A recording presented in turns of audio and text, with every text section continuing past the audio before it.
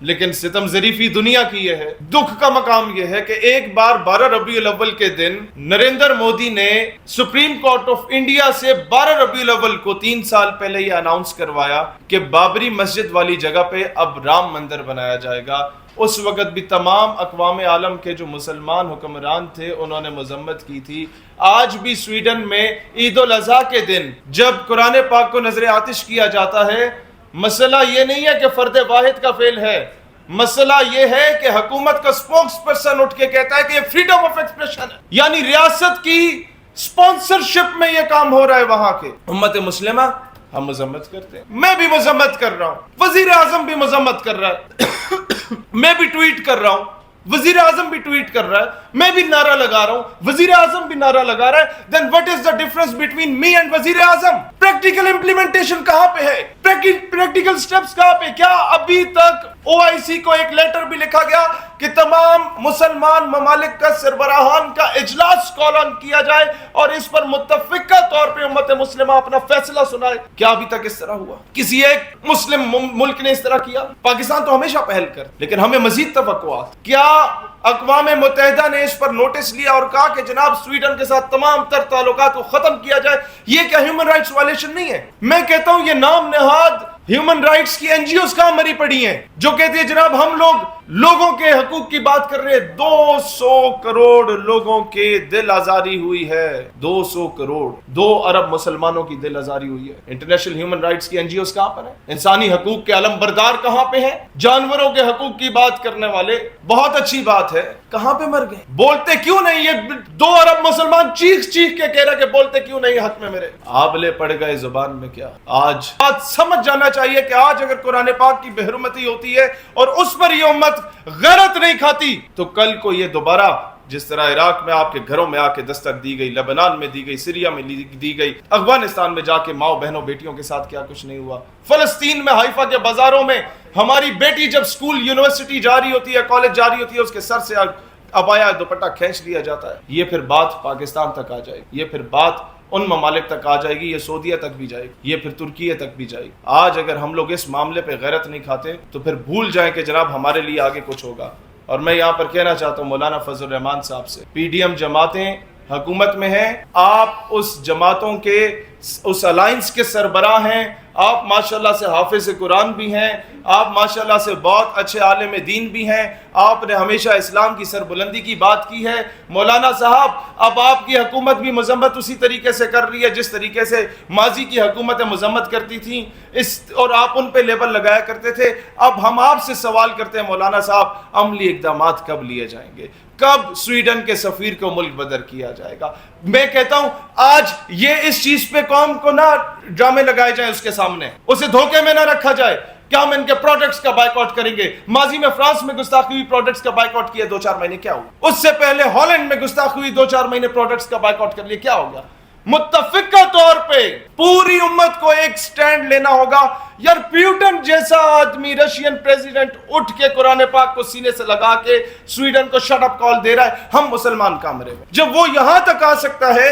چین ابھی آپ لوگوں کو اس کی ضرورت ہے، روس کو آپ لوگوں کی ضرورت ہے، انٹرنیشنل لابیز کو آپ لوگوں کی ضرورت ہے، آپ ان کو انگیج کر سکتے ہیں کہ جناب اب متفقہ طور پہ سویڈن کی جو اقوام متحدہ کی رکنیت ہے اس کو معطل کیا جائے، کیونکہ یہ انتہا پسندی، اشتعال انگیزی کو پروموٹ کر رہا ہے۔ اور یہاں پر تو میں کہتا ہوں ریاست پاکستان سے کہ آپ کی مجبوری بھی نہیں، کوئی بہت بڑی تعداد نہیں ہے جو وہاں پہ مزدوری کر، کوئی بہت بڑی تعداد نہیں ہے جن کے انٹرسٹ ہے وہاں پہ، اور نہ ہی ہمارے حکمرانوں کے بزنسز ہیں وہاں پہ۔ باقی ممالک میں تو ہیں تو پھر ہم سمجھ جاتے ہیں کہ ریاست کی بہت بڑی مجبوری ہے، ادھر تو مجبوری والا چکر بھی نہیں۔ لیکن سوال یہ پیدا ہوتا ہے کہ آج پاکستان کو پہل کرنی پڑے گی۔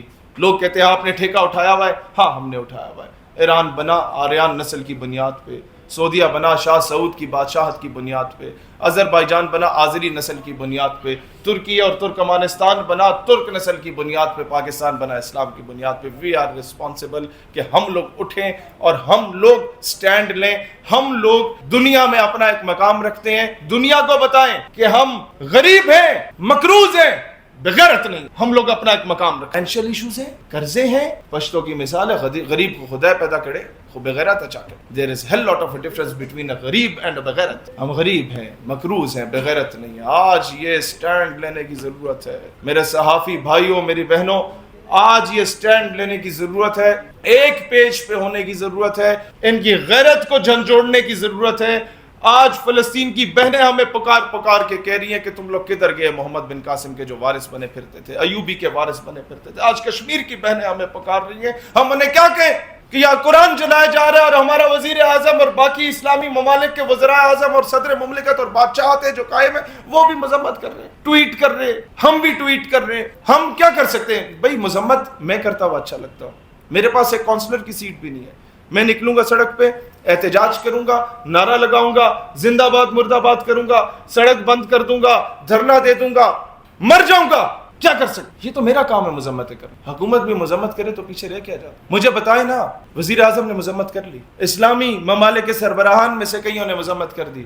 کیا وہ بندہ ابھی تک اریسٹ ہو کے اس کے کوئی پھانسی کے آرڈرز جاری ہوئے؟ اس کی صحت پہ فرق پڑا؟ نہیں پڑا. جب ہماری مذمتوں سے فرق نہیں پڑتا اور آپ کے وزیر اعظم صاحب آپ کی مذمت سے بھی فرق نہیں پڑتا, تو پھر آپ میں اور مجھ میں فرق نہیں ہے, تو پھر آپ اس کرسی پہ کیوں بیٹھے ہیں؟ مجھے آج کہنے دیجئے, کرسی ہے تمہاری, یہ جنازہ تو نہیں ہے. کچھ کر نہیں سکتے تو اتر کیوں نہیں جاتے؟ اللہ وطن کو جو میرے لوٹ رہے ہیں, یہ دیس کے غدار ہیں, مر کیوں نہیں جائے؟ کب جا کے ہم اکٹھے, کب جا کے ہماری غیرت کو جوش آئے؟ اگر آج بھی نہ آئے. دور ہوتا تھا کہ جب کہا جاتا تھا کہ مسلمانوں کے گھوڑے اور لشکر تیار رکھو. اگر یہ معذرت خواہ نہیں ہوتے, سلطان عبدالحمید غازی کی ایگزامپل لے, انہیں کہا گیا کہ ساری ریاست کے قرضے اتار دیں گے. ریاست ڈوب رہی تھی قرضوں. آپ اسرائیل کی اسٹیٹ کو تسلیم کر لیں, ہمیں کچھ جگہ دے دیں. انہوں نے کہا میں ساری زندگی گھاس کھا لوں گا, مر لوں گا, یہ کام نہیں کروں. اور آج میڈیا پہ یہ بیانیہ بنانے کی کوشش کی جا رہی ہے انڈائریکٹلی کہ اسرائیل کو ایکسیپٹ کر بھی لیں.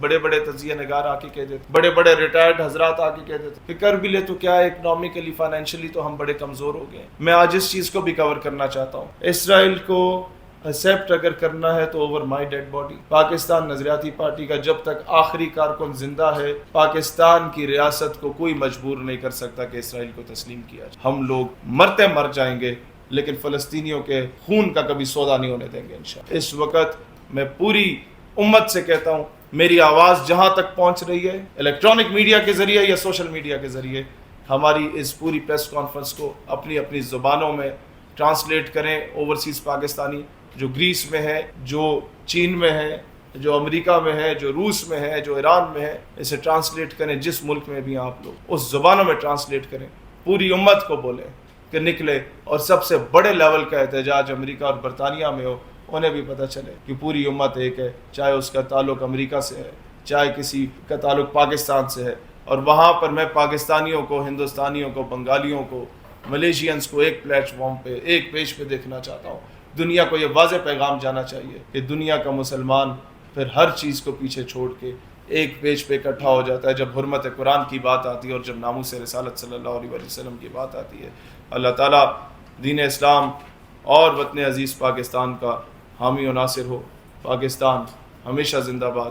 آپ میں سے کسی کا کوئی سوال؟ پہلے بیک گراؤنڈ کی طرف جانا چاہتا ہوں کہ دکھ کہاں پہ ہوتا ہے کہ وہ مذہب جو کہتا ہے کہ if you have killed a single human being it means you have killed the entire humanity. ایک انسان کا قتل پوری انسانیت کا قتل, ایک انسان کی جان کو بچانا پوری انسانیت کی جان کو بچانا ایک مذہب. میں جب جیل میں تھا میں نے نیلسن منڈیلا کو پڑھا تھا اور میں بڑا اسے ایڈمائر کرتا ہوں کہ اس نے کالے گورے کی تفریق کو ختم کرنے میں اپنا کلیدی کردار ادا کیا. دنیا کے سارے مسلمان قدر کی نگاہ سے دیکھتے ہیں, لیکن شاید اقوام عالم یہ بھول چکے ہیں کہ آج سے 1400 سال پہلے کسی نے کہا تھا کہ بلال اٹھو اور کعبے کی چھت پہ جا کے اذان دو, تو اس دن کالے گورے کا فرق بھی مٹ گیا تھا, نسل اور نسب کا اور ہر قسم کے حزب کا, قوم, خطے, قبیلے کا فرق مٹ چکا تھا. یہ اسلام تھا جس نے آ کے خواتین کو ان کے رائٹس دیے, کہا کہ آپ اپنے جو ہے 2 بیٹیاں یا اس سے زیادہ ہوں اور ان کی صحیح تربیت کی جائے.